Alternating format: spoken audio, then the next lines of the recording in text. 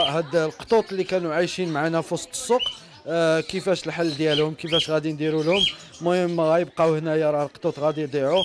دونك حنايا جاو واحد مجموعه ديال الدراري وديال البنات، الله يجازيهم بالخير الله يكثر خيرهم.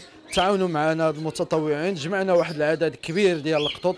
العدد كبير تقريبا، راه كاينه كدا 30 ولا 40 قطه.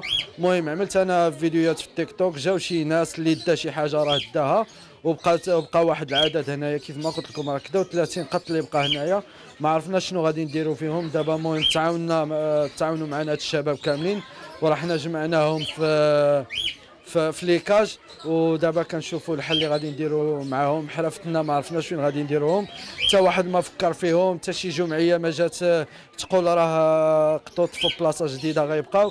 عينا نهضروا، عييت نهضر انا في الفيديوهات ديالي في التيك توك، كنقول راه القطوط غيبقاو هنايا.